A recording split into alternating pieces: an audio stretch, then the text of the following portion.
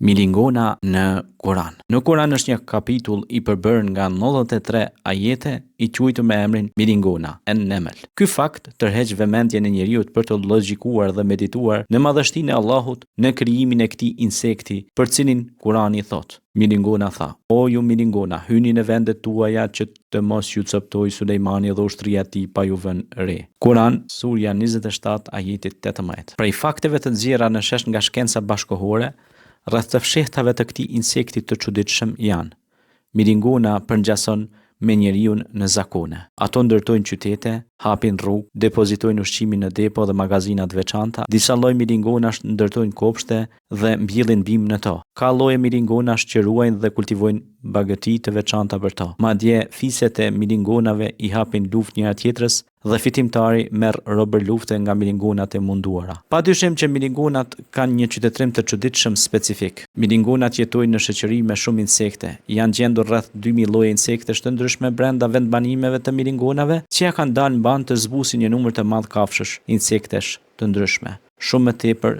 sa ka mundur njeriu të zbusë. Milingonave i pëlqen një substancë e ëmbël, vesa e mjaltit, që e marrin nga gjethet dhe drunjt e penëve. Por ekzistojnë dhe insekte të tjera që rrethojnë mbështjellin veten e vet me këtë lloj lëngu të ëmbël. Për këtë arsye milingonat i përdorin ato në mbledhjen e këtij nektari.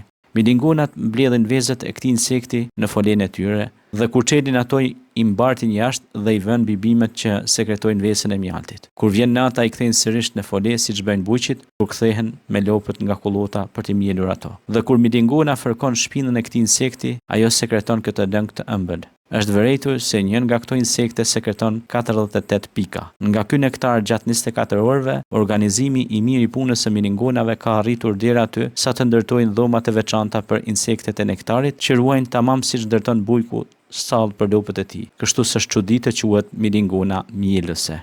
Ekzistojnë disa lloj milingonash që merren me mbjelljen e barave për ushqim dhe gjuajnë lloje të caktuara krimbash dhe larvash. Disa milingona kur vendosin barin e presin në masën e kërkuar. Ushtarët e milingonave të bardha janë më të mëdhej se milingonat punëtore dhe kokat e tyre janë më të mëdha e më të forta. Dhe kur qyteti sulmohet nga milingona të tjera, ushtarët milingona mblidhen në hyrjet e tij.